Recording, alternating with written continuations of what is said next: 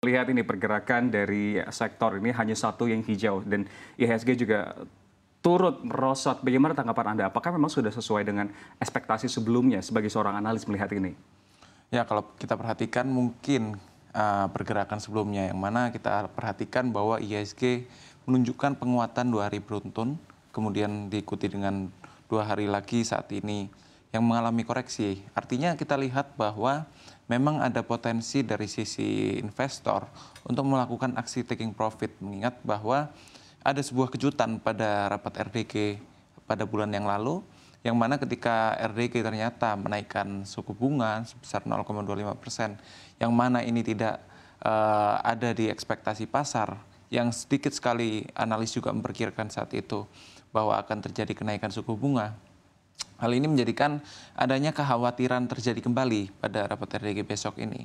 Sehingga tentunya adanya momentum saat ini yang akan menjelang RDG pada esok hari, tentunya ini menjadi kekhawatiran pasar. Apakah pergerakan dari kebijakan BI rate ini akan cenderung berbeda kembali seperti yang terjadi pada bulan April, yang mana kalau kali ini konsensus itu cenderung untuk melihat bahwa BI rate akan relatif ditahan dari seluruh konsensus yang telah dilakukan riset dari CNBC Indonesia. Berbicara mengenai kekhawatiran, sebenarnya bisa diperjelas kekhawatiran seperti apa dan melihat juga memang kita melihat RDGBI Bank Indonesia ini kan sebetulnya sedang was-was ada berbagai sentimen. Namun salah satunya adalah bagaimana kalau mengacu ke internasional Amerika Serikat ini kan ada kecenderungan inflasi Amerika Serikat nampaknya akan menyentuh target dari The Fed sendiri 2%. Bisa dielaborasikan, Mas? Kalau kita perhatikan sebenarnya untuk mencapai target 2% itu cukup sulit ya, seperti yang sudah sering juga dimention oleh analis dan juga oleh beberapa ekonom bahwa target 2% dari inflasi Amerika Serikat cukup sulit dilakukan, mengingat bahwa kebijakan-kebijakan dari Amerika Serikat sendiri itu yang malah mendukung kecenderungan untuk inflasi masih tetap kuat. Sedangkan di sisi lain kebijakan suku bunga itu cukup diketatkan, sehingga cukup ada perbedaan arah sebenarnya, sehingga arah untuk mencapai target inflasi 2% ini cukup sulit.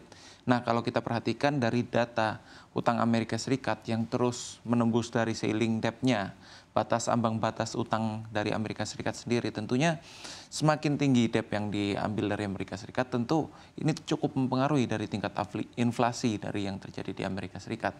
Nah, di sisi lain, kebijakan dari suku bunga ini yang harusnya mengetatkan dengan harapan inflasi dapat mencapai 2%, ini tidak cukup dipertahankan dalam beberapa waktu terakhir ini, sehingga untuk benar-benar mencapai level 2% ini akan cukup sulit untuk dicapai, sehingga tentunya mungkin membutuhkan sebuah sentimen lain seperti yang sudah disebutkan juga oleh para gubernur dari The Fed, bahwa mungkin indikator-indikator lain seperti dari sisi tenaga kerja, dari sisi data-data yang menunjukkan bahwa perlambatan ekonomi Amerika Serikat, mungkin kedepannya GDP yang mulai melambat itu sebagai indikator, atau mungkin ada kemungkinan terjadinya resesi.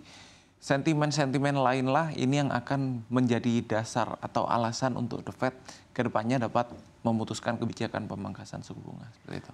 Kembali ke dalam negeri, sebenarnya menegaskan pertanyaan saya sebelumnya, apa sih sebetulnya yang dikhawatirkan oleh Bank Indonesia? Mungkin sebagai informasi juga bagi para pelaku pasar untuk mencermati pergerakan mereka seperti apa?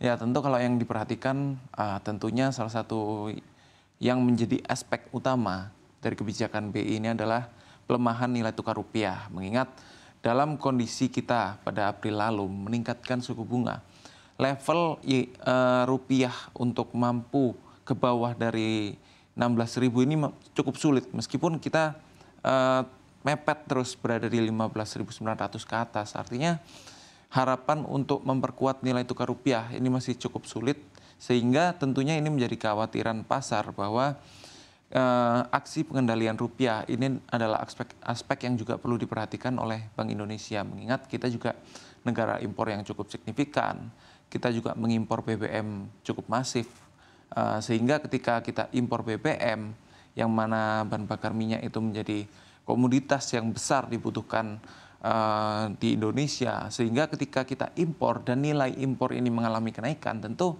ini akan memberikan domino efek kepada sektor-sektor lainnya, dari kenaikan harga BBM, kemudian kita bisa berdampak juga ke kenaikan harga logistik industri COGS-nya naik, COGS naik ke sektor manufaktur naik, sehingga ini akan berpotensi menjadikan faktor kenaikan dari inflasi, sehingga tentu ini menjadi faktor yang juga diperhatikan oleh Bank Indonesia dalam menetapkan kebijakan suku bunganya sebagai suatu langkah untuk mengendalikan nilai mata uang rupiah. Sebelum kita melihat bagaimana dampak terhadap sektor-sektor terkait dengan kebijakan dan juga IHSG serta rupiah, ini pertanyaannya adalah kita berkaca pada bulan lalu sudah menaikkan 25 basis point. Ini berarti sebenarnya kebijakan untuk menaikkan BI rate ini nggak banjur karena rupiah sebenarnya kayak terbilang stagnan atau tidak meninggalkan level 16 ribuan.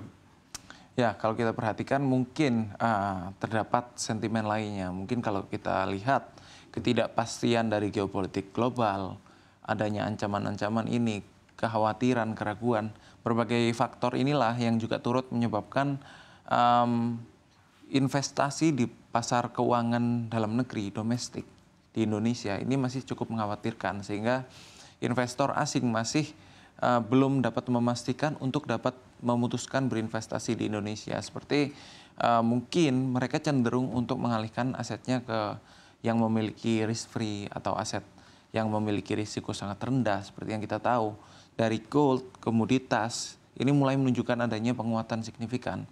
Dari emas yang harganya mencapai menembus level 2.400, kemudian kita lihat juga tentunya diikuti dengan tembaga, diikuti dengan nikel. Kita mulai melihat bahwa komoditas ini juga menunjukkan sesuatu yang lebih berharga daripada mata uang.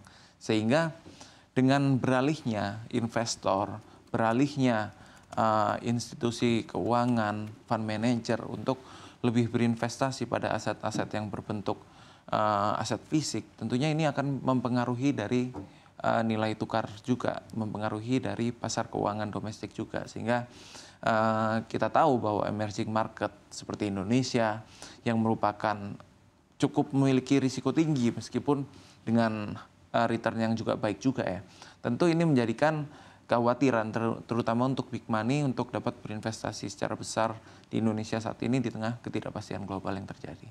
Ya baik Mas Reza, berbicara mengenai apa yang telah disampaikan oleh Anda, lalu asumsi atau juga berkaca terhadap asumsi APBN makro 2025, bagaimana tanggapan Anda? Ya, tentu kalau kita bicara dengan APBN ini akan sangat bergantung kembali masuk membahas terkait dengan perpolitikan.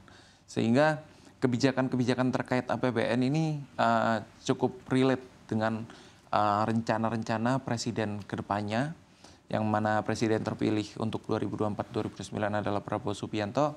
Beliau juga sudah menetapkan berbagai rencana untuk selama periode kepemimpinannya, bahwa terdapat aksi yang akan dikembangkan seperti makan siang gratis. Kemudian kita juga melihat bahwa janji-janji yang cukup besar seperti IKN, tentu janji-janji ini akan memakan dari sisi belanja yang cukup masif, cukup signifikan. Sehingga apabila janji ini tidak diikuti oleh pendapatan, ini akan berpotensi untuk menyebabkan defisit. Baik, pertanyaan terakhir Mas Reza, terkait dengan sektor, sebetulnya proyeksi ke depannya sektor apa saja yang akan efektif gitu, yang akan bisa cemerlang, dan juga proyeksi juga terkait dengan proyeksi ke depannya, mengingat besok RDGBI ini kan diumumkan, apakah akan semakin ambruk atau akan berada di zona hijau? Ya, tentu yang menjadi landasan untuk kebijakan RDG adalah terkait dengan suku bunga utamanya. Kalau kita melihat suku bunga, sektor yang paling terdampak adalah finansial, terutama perbankan. Sehingga ketika kita berbicara perbankan, ketika RDG dipertahankan, artinya ketidakpastian itu mengalami penurunan. Meskipun level dari suku bunga saat ini masih terhitung cukup tinggi, berada di 6,25%, artinya ini masih menjadi sentimen yang cukup positif untuk perbankan. Mengingat kalau kita lihat dari perbankan big cap kita, mereka memiliki fundamental yang masih cukup baik. Meskipun terdapat risiko-risiko dengan level suku bunga yang saat ini cukup tinggi, risiko dari kegagalan bayar utang atau meningkatnya dari sisi NPL, default yang meningkat. Kemudian kita perlu perhatikan dari sisi kredit yang tersalurkan semakin rendah, likuiditas yang seret di antara masyarakat. Sehingga sentimen inilah yang menjadi kekhawatiran di pelaku pasar bahwa perbankan akan memasuki fase yang akan cukup sulit dalam beberapa waktu ini. Namun di sisi lain apabila mereka memiliki likuiditas yang baik, tentu ini akan menjadi kesempatan seperti yang sudah kita lihat laba pada 2023 lalu mayoritas perbankan big cap mencatatkan all time high.